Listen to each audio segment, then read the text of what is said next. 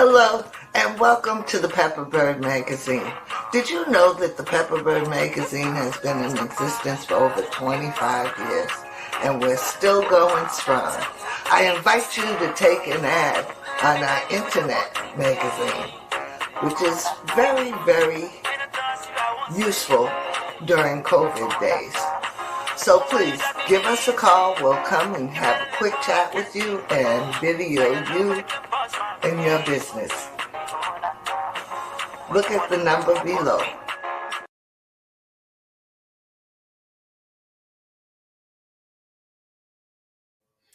Good morning, ladies and gentlemen, boys and girls, men and women.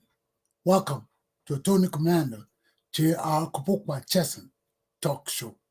Today is Saturday,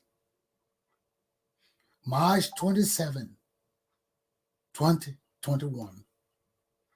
As we rise this morning, I want to remind you of my interview this evening with Miss Lisa Wranglin, Rhode Island Black Business Association's president. She has been the president for several years now, and under her leadership, she has made the Black Business Association visible to everybody in the state. Now we need to hear from her. What is the state of Black businesses in Rhode Island?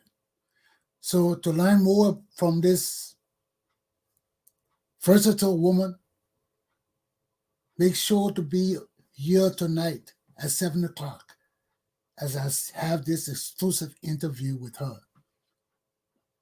Okay? We also wake up to the news that Mo Ali was released yesterday. No charges against him, all those bogus charges of terrorism, terroristic this and that have been dropped. And we wake up to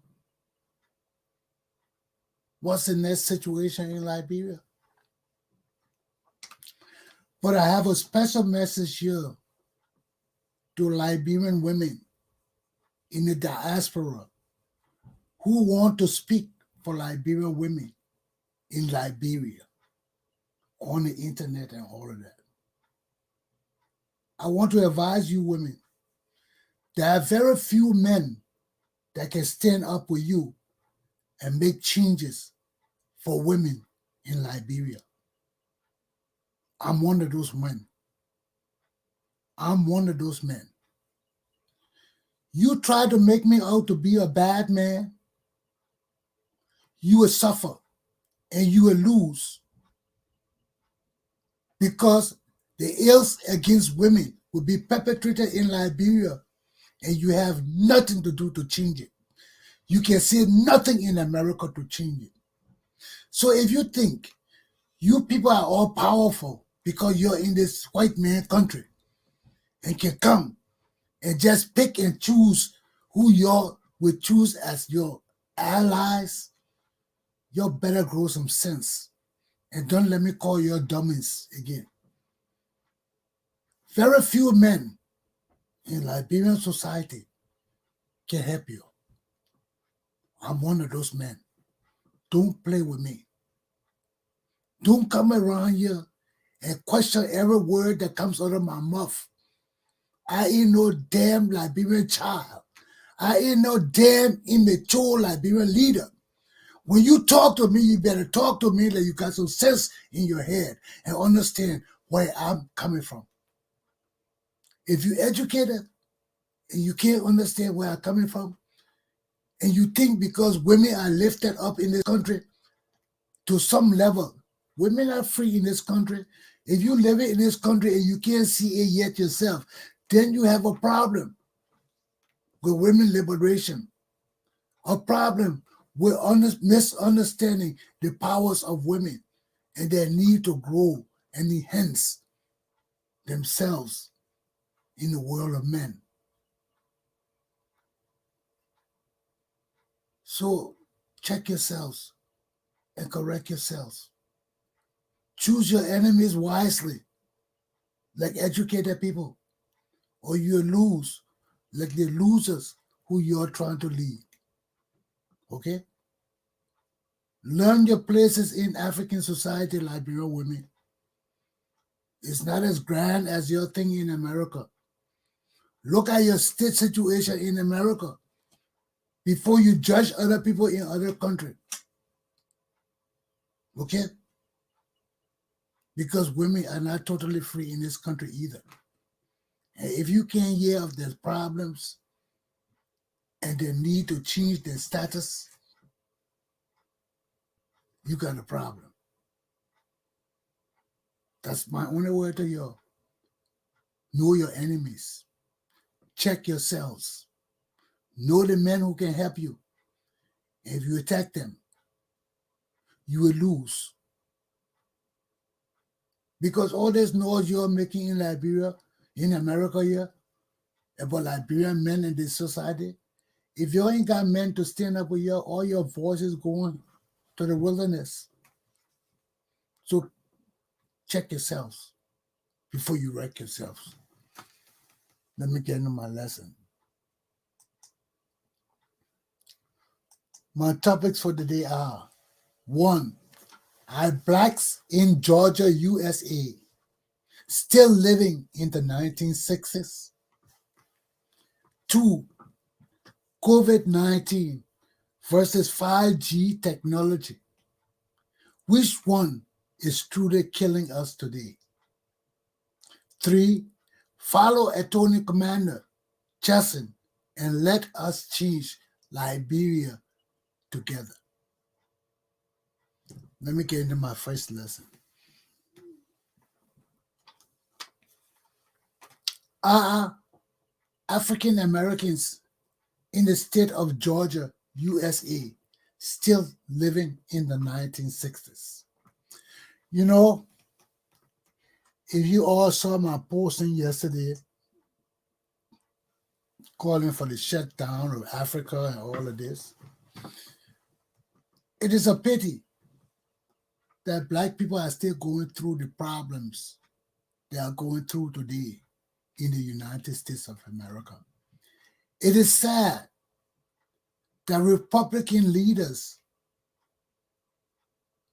in the South are trying to turn back everything that black people have achieved thus far. Blatantly, openly, and in their faces. But I don't care what you say. We'll do what we gotta do. And you know, sometimes I get mad when I see people being treated like this. Then I was watching the TV yesterday, laying down watching the TV and seeing Don Lemon on CNN with all these black people from Georgia, with Senator Hannock. I saw the NAPCP representative, and all these people are reverends. And I was asking God, why are we still going through the thing? And the voice just came to me from heaven, like it always does. This is your answer. I opened my eyes. I said, yes, this is the problem. Georgia blacks are Christians. And all blacks living in Georgia are not Christians. And this is where Christian leadership have failed us time and time again. They have failed us. The people in Georgia not living on the principles of Jesus Christ. They're living on the teachings of Martin Luther King, which is both good and bad. Why? Martin Luther King teachings were for his era. For the era when black people had no leaders. And the church was the only leeway through which black leaders were made to speak for black people. Because they were speaking on the words of the Bible, through the cross, through the church. So it was a pacification for their masters. Okay, Preacher so and so, he's popular among the black people. He's the church leader. He's come to speak for them. He got the whole black community behind him, the slave community that is from the church. So we have lived with this since 1960s. And God was telling me that black people have not advanced. Black people have not grown. Black people in Georgia have remained stagnant in their belief in Jesus Christ, in their belief in themselves and their abilities to rise. And he told me, he said, Rodney, that time was the time I ordained for Martin Luther King to rise and shed his blood for the nation and his people like a true Christian. So he stood up without fear for his life. Yes, there was fear, but when I say without fear, without divine fear for his life. He knew he might die. He knew they were killing black people, beating them up mercilessly. So what was wrong with killing them and just shooting them? He knew it. So he laid the foundation for black people to rise and grow, especially black people in the South, where slavery was a way of life. And that's why they couldn't get rid of it. It was a way of life. Black people were there to slave for white people and treat them nice and beg them and kiss their feet until they died. And that was not God's will. And it had to be changed. And he sent Martin Luther King to lead his people out of the wilderness and into the light.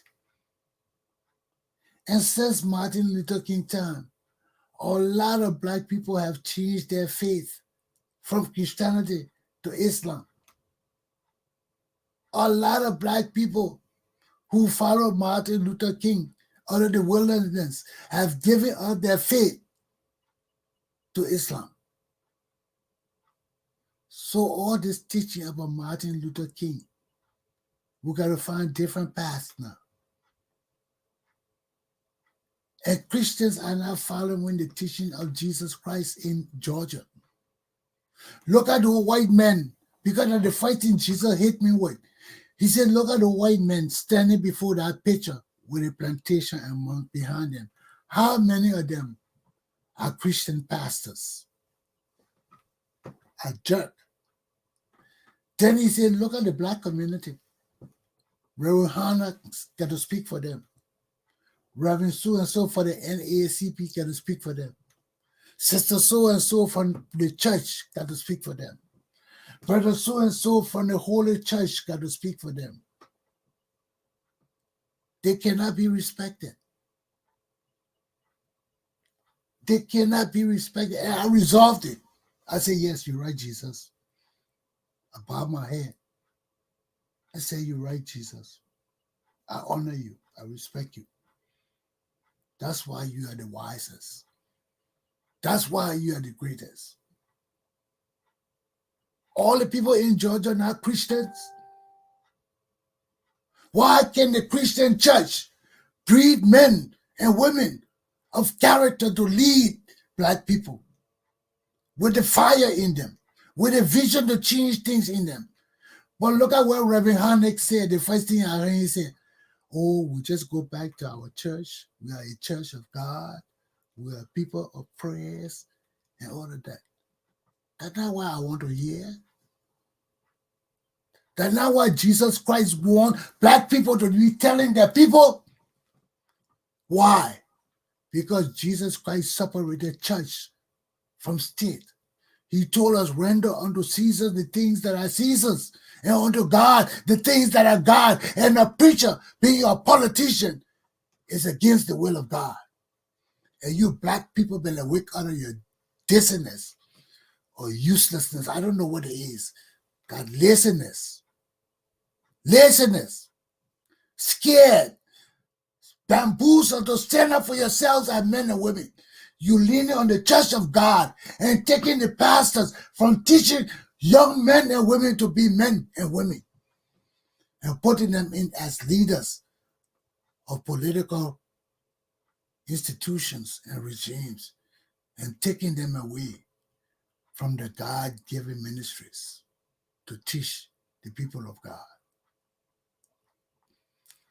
We are an abomination unto ourselves. Christian people in the world are an abomination unto ourselves, especially third world Christians, black Christians. We're all third world Christians, even in the United States of America. Look how they handcuffed that representative from Georgia. They handcuffed like they did Martin Luther King them in 1960s because black people in Georgia still living in the damn 1960s. Now look at those white men who locked the door and stood up together, folding their hands before the picture of a slave plantation because they cannot respect black people's leadership. Black people leadership from time immemorial in Georgia has been on the name of Jesus Christ, and it is a falsity. It is a failure. It is the deception. That's not the life of Jesus Christ. Render unto Caesar's the things that are Caesar's, and unto God the things that are God. Don't take our pastors out of the churches to make them political leaders, to make them head of the NAACPs. Where are the real leaders in black communities who will challenge white people like real men instead of saying, let's take it to God in the church in prayers? I'm tired with our weak, lukewarm Christian leadership of God's people. It is a failure. And I cannot talk for black people no more. Because Jesus Christ showed me the problem. Our Christian people and leaders are the problem. They have lost their damn minds. And now you got to sit down and differentiate between Martin Luther King's teaching and Jesus Christ's teaching. Martin Luther King's teaching is not different from Jesus Christ's teaching. But his teaching was not political. His teaching was a religious awakening of us in the belief of Jesus Christ that through our physical movements, we can rise to the level of divinity, where white people will be compelled to walk with black people hand in hand. How will we walk hand in hand in black people with all the pastors trying to be political leaders and all the white people putting real men as political leaders and not pastors? There's a problem with the black community. There's a problem with our Christian faith. There's a deception in our midst that will cause us not to rise above enslavement. Look at the way they treat the people in Georgia like real slave people. Drag the representative off. Hannah comes and says we should go back to the church and pray, put our will in Jesus Christ. And Jesus Christ has given us all the power to do what we need to do. And we're still going back to the pastors and to the churches to pray for what Martin Luther King Jr. has already blessed us with. If we honor Martin Luther King, we'll not go back to the church. The church will breed leaders to lead our community as men with integrity, with guts, to stand up to white men as equals, instead of letting black women go and take the place of black men. All the black men standing there, oh yeah, go in there, pointing to the door to the black woman, and the black woman walking there, scared like hell, knocking to the door and watching. Why are you holding me? Why are you holding me? I'm a representative. And no black man that will talk, only women. Y'all leave her alone. Y'all leave her alone. Why are you holding her? You think no black man with y'all, white men will listen to y'all? Y'all move out of the way. This is the same thing happening with black people in African community. A lot of women have grown balls, and men can't find theirs. They're standing behind women and say, yeah, we need women. Like Ellie Johnson said, now look at the guy, the Lapa revolution in Liberia. 1% of the population of Liberia are women. Lapa revolution to take over from the dumb men. You see what will come? My children, black and white children, you understand what I'm teaching? You see what I'm teaching? The black people still depending on the Christian church to beg white people for forgiveness. This is horrendous. This is an abomination in the sight of Jesus Christ. And until you black people open your eyes and decide whether you people are Martin Luther Christians or Jesus Christ's Christians, you got a tough choice to choose. Because I believe in Martin Luther King Jr.'s teaching, but I do not believe the church is the source of empowerment for black men. The church is a pacification mechanism. Look at it, close the door on you black men, and not one black man was there to stand up and demand that they go in that room to see it, and no police open the door. You go send black woman. You send a black woman. And the senator they're talking about, we got to go back to the church to pray. Stay in the church. Stay in the church. Black men, just stay in the church. Stay on your knees. Close your eyes and bow your heads. Change is coming. On your knees, bowing your heads.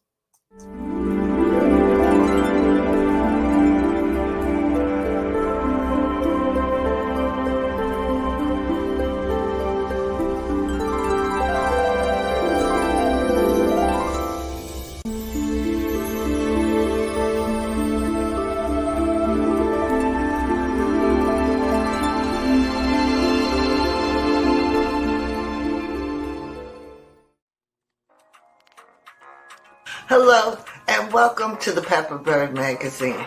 Did you know that the Pepper Bird Magazine has been in existence for over 25 years, and we're still going strong? I invite you to take an ad on our internet magazine, which is very, very useful during COVID days. So please, give us a call. We'll come and have a quick chat with you and video you and your business. Look at the number below.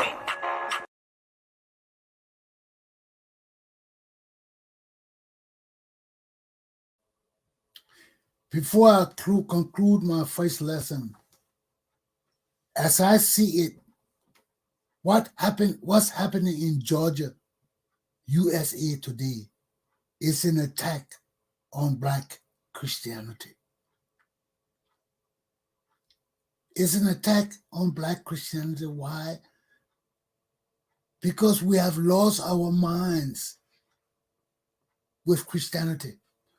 We have lost our minds with understanding the teachings of Jesus Christ. It cannot be replaced by Martin Luther King's teachings. It cannot be replaced by reverencing Martin Luther King Jr. over Jesus Christ. It can never be done that. So you people who think Jesus is white, black, brown, yellow, that's your business. I listen to Jesus' philosophy, his teachings. I don't listen to his color of skin. If I were listening to Jesus' color of skin, I wouldn't be a Christian today. The color of skin doesn't talk to me. It's the mind of Jesus Christ that transmits his thoughts and thinkings and teachings and beliefs and understanding of our world to me. What color got to do it? Jesus' color means nothing. He can be as white as he wants and let the white people follow the color. The white people are physical people. They believe in physical things. Yes, they believe in Jesus, yes. But majority of them go to holy places for blessings. They don't believe that Jesus Christ is in the air, in the wind, in everything we breathe. He's all around us. I don't have to go to no damn holy places to prove that Jesus Christ is my God. Why? Because I'm a black man. I'm a keeper of the faith and not a keeper of holy places. I know my place in Christianity. I was not blessed to be enriched with the holy places where Jesus Christ lived and went and traveled, and those people who claim that they know him so much that he's their God. Jesus Christ never claimed to be a God of any people or any nation. Jesus claimed to be the Son of the living God of Israel. And only the Israelis people can claim it. But Jesus Christ came and showed up a different route. That's why he is God. And that's why people cannot understand the 3-in-1, the mystery of the 3-in-1. The mystery of 3-in-1 is not Jesus Christ being born physically by Mary. No. All of us are born in the spirit too. But Jesus' birth was immaculate.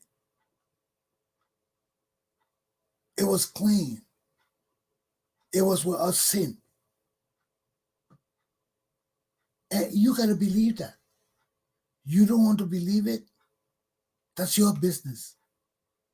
You can be as educated as you want and say you are Christian. You are a Christian by your belief.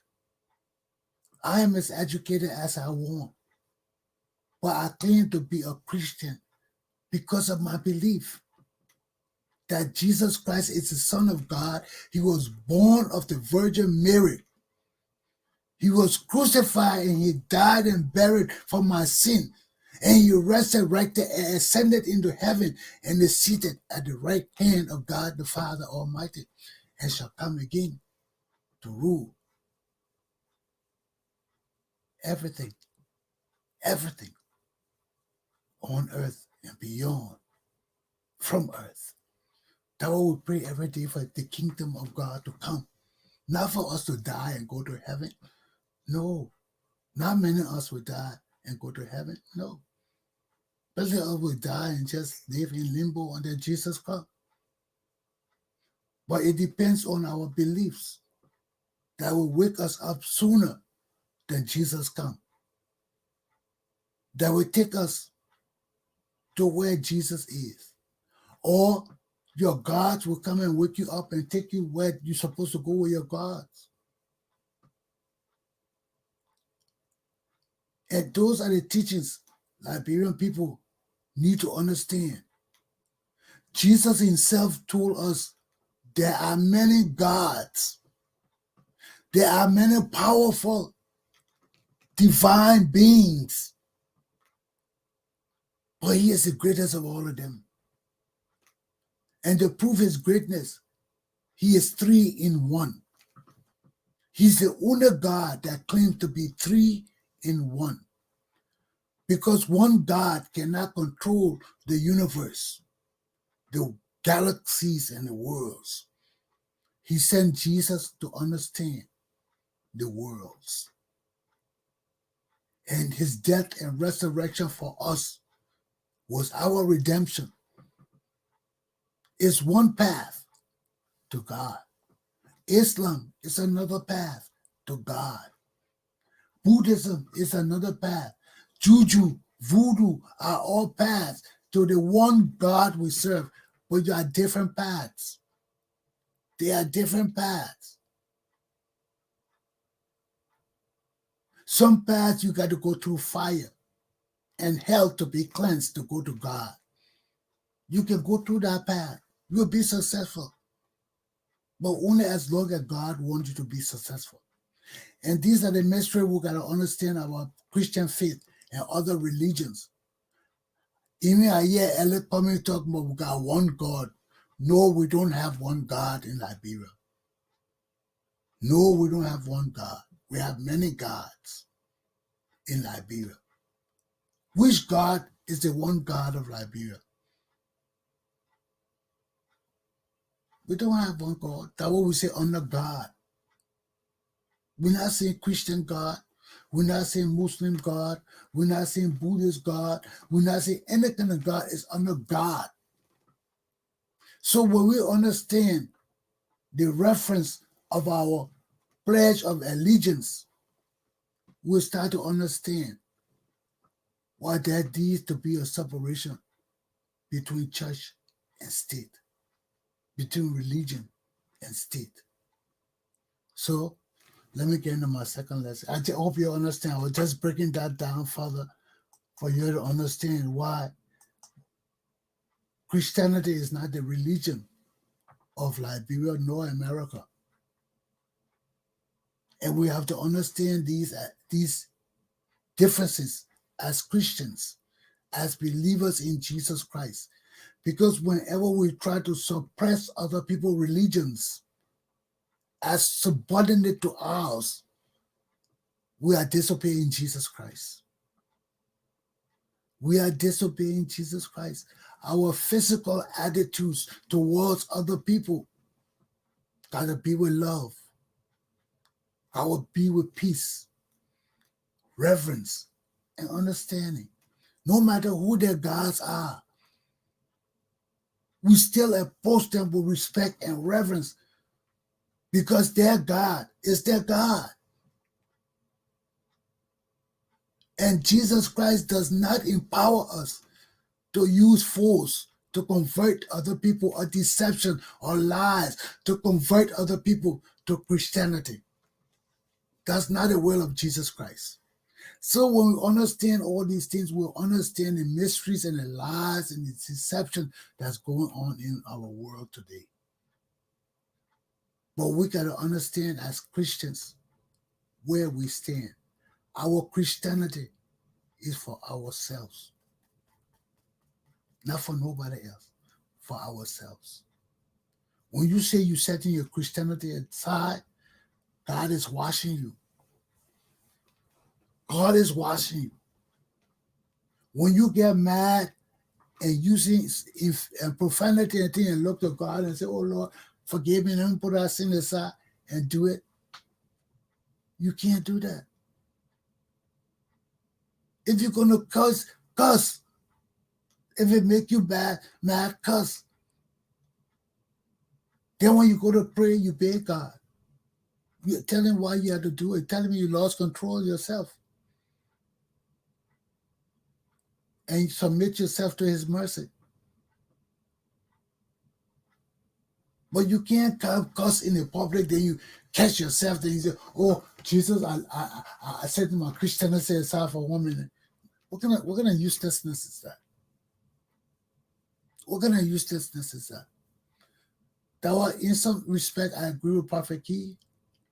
Words are used to be made, to be used. But it's just that when you're dealing in a public realm with other people, you got to be careful with your words.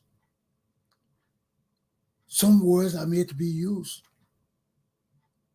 How many times I going to get pissed off and I just use profanity?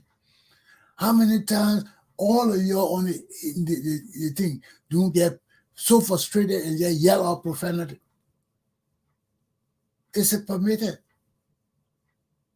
But you cannot use it as a house word. You can't use profanity Every word that comes under your mouth cannot be profanity. It's an expression of disgust, of deep frustration. Some of us got to yell it out because we're tired of talking. We've been talking forever. And we're still going through the same talking today. Some people can't handle it. Some people can't handle it because we're living in a state of disrepute, insanity. The state we're living in today, does it make sense to you? Some of the things that are happening around us. Like one of my second lesson. I listened to Prophet Key News Show on CNN. And the evidence he presented of people talking about this 5G technology and how it's being misnamed to be COVID-19 because everybody wants things to run fast. And this technology involves radiation. They say every neighborhood they put it up and people dying because the radiation blocks your pores and from air and things from going into it. And people are dying. And they are locking people up to install these poles so nobody can know. So while people are being locked down for COVID-19, these telephone companies are going around installing 5G poles. He showed the children in China breaking the pole down and taking the 5G technology out of the pole because they got special 5G pole. Right now, people dealing with 3G. They haven't gone to 5G yet. We in 4G, 3G, and 4G, and they want to rush it up to 5G. And they know the 5G technology is speed. Everything is speed with the computer. If people want to go faster, people want to touch the button and go, the computer will run the way they want to send it. All of that involve alien technology with radiation. Why you think people following all the alien ships still coming to our Earth? And they told us in the new scientific report that one of the presidents met with the aliens in America. Met with the president. Theodore Wilson met with the aliens for 30 minutes and signed a contract with them that they can give us alien technology and they can take humans from the earth anytime they want to do it. That's why there are so many missing people with our memories of the time being missing. This is a real thing. Is it in the files of the U.S. military that the president met with aliens and signed a document to give America alien technology as the aliens can capture as many humans as they want to do experiments.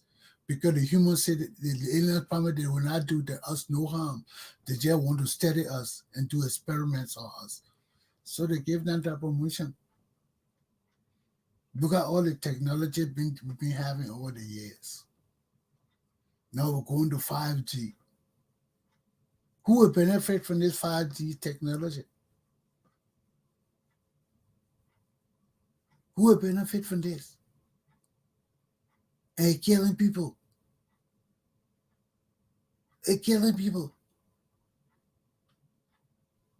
So if this 5G technology is as dangerous and radioactive as they claim it is, we need to do some investigation.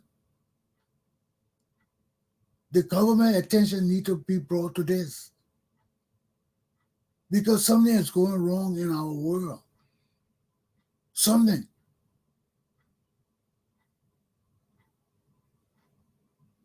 So we need to get to the bottom of this. Is it natural? Is it coming from a lab in China? Is it because of this new 5G technology to enhance broadcast, to enhance internet connection, to enhance speed of everything we're doing? Are we ready for this kind of thing now? And is this what is killing us instead of COVID-19? We need to know. So we got to start asking questions, okay? This is my second lesson. Let me wet my mouth and we'll move on.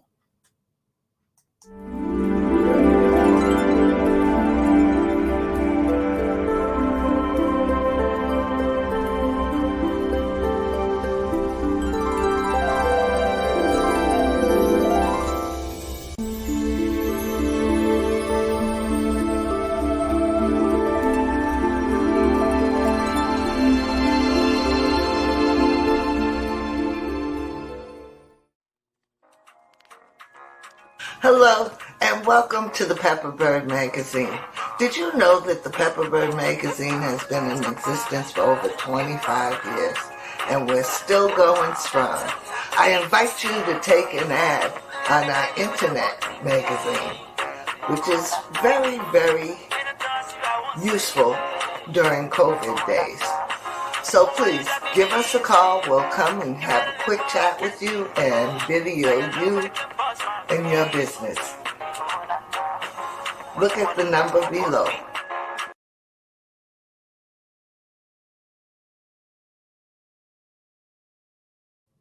We're back. Let me put up my third lesson.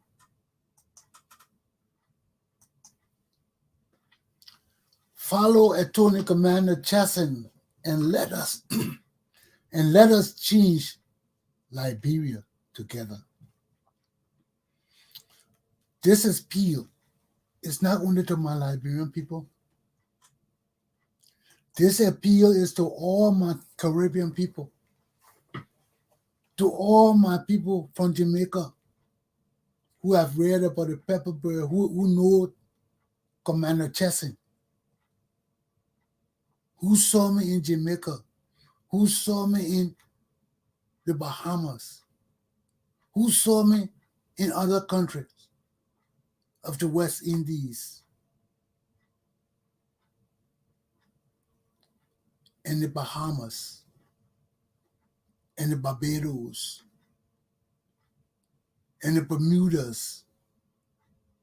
I've been to all those countries, and I met with all those leaders and people. I've spoken to those people trying to teach them about Liberia.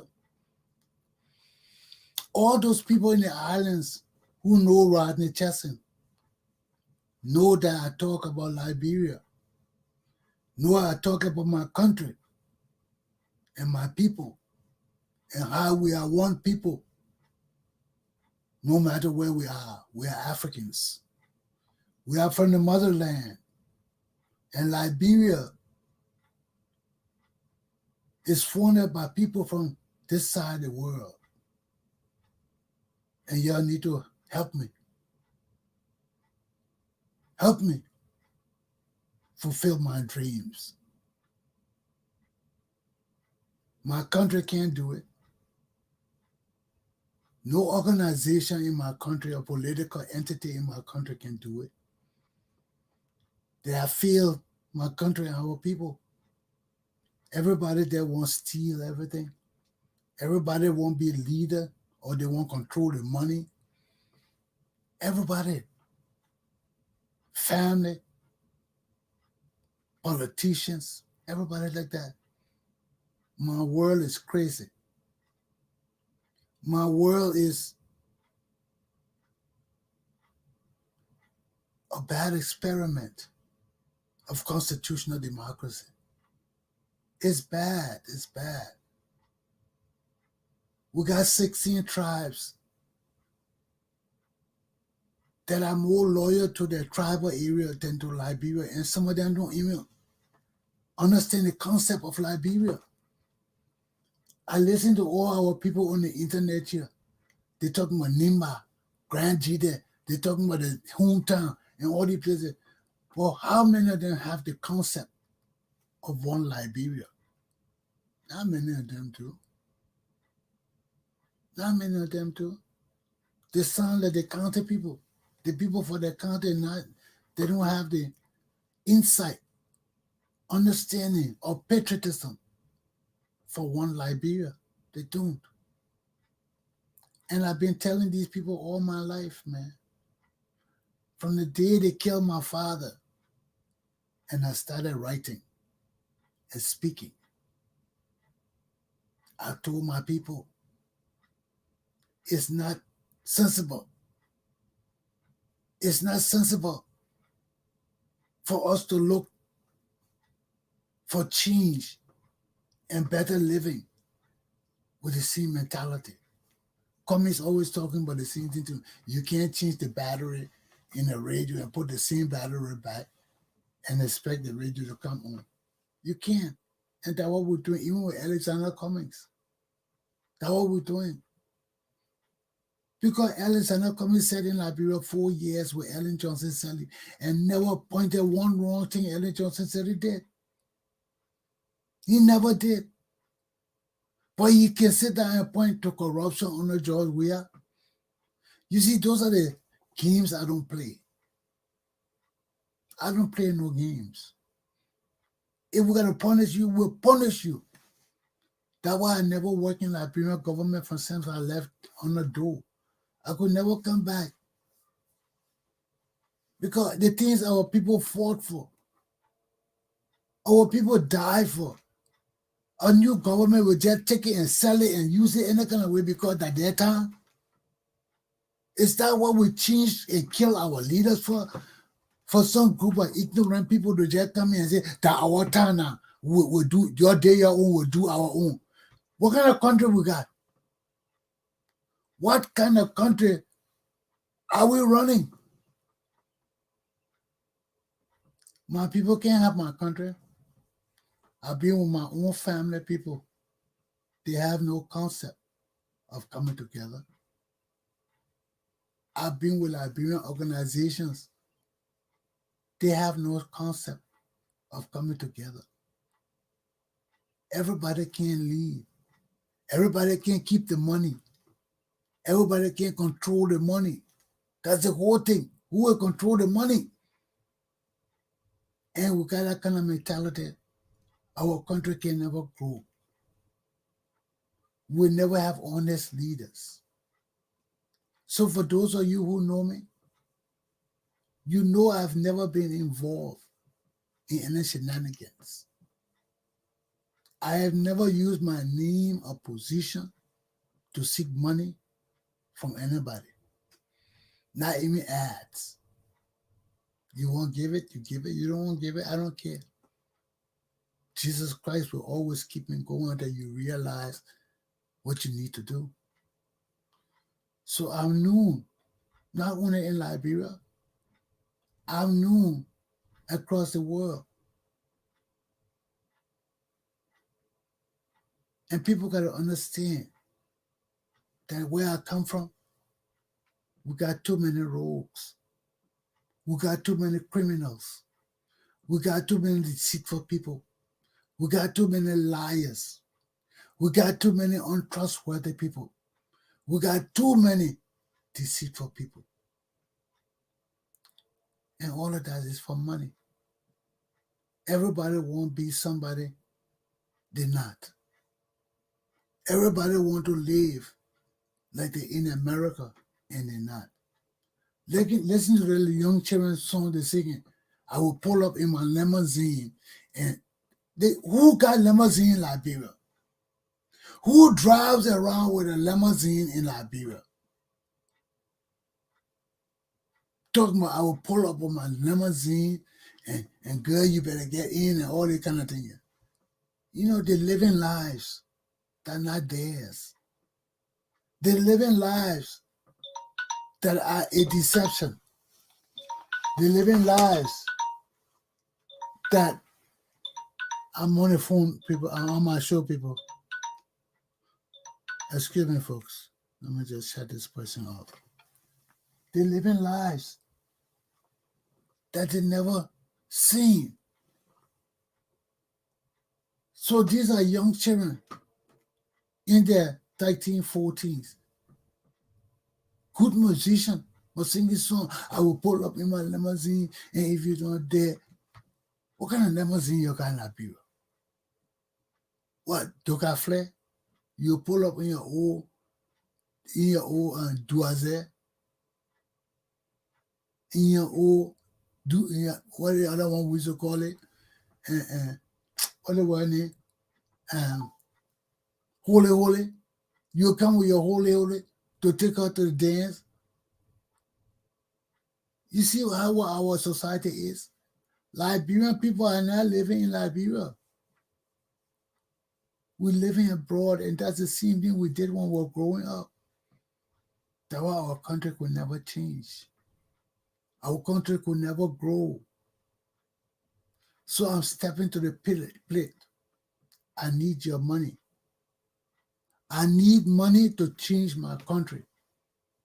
I can't do it alone. I will not be able to do it alone. I need your support. All my friends in the world who know about my desire to build my country and change my nation, I need your help. I need your help. I need you to join this effort. Encourage others to join it. Wherever you are in your world, encourage them to join it. And let us open Liberia for all Negro people. Open my way and let me set up a nation in Africa where all Black people will be welcome. We have every tradition in our country, from Jamaica to Barbados to St. Croix, St. Martin. All of those places I've been. You're my people. I'm your African brother. I need help to build Liberia. The time of the Black people of the world is now. Join me and let's spearhead this effort to change Liberia together. This is my lesson. Have a good Saturday. Make sure to be with me tonight for my interview with Miss Lisa Wrangling, founder and president of the Rhode Island Black Business Association. Have a good day.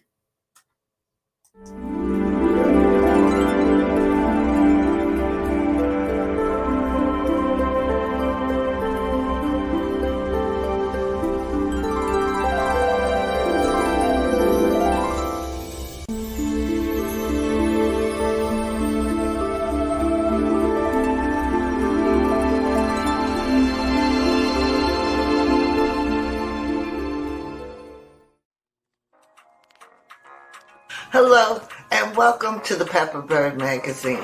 Did you know that the Pepper Bird Magazine has been in existence for over 25 years, and we're still going strong? I invite you to take an ad on our internet magazine, which is very, very useful during COVID days. So please, give us a call. We'll come and have a quick chat with you and video you and your business. Look at the number below.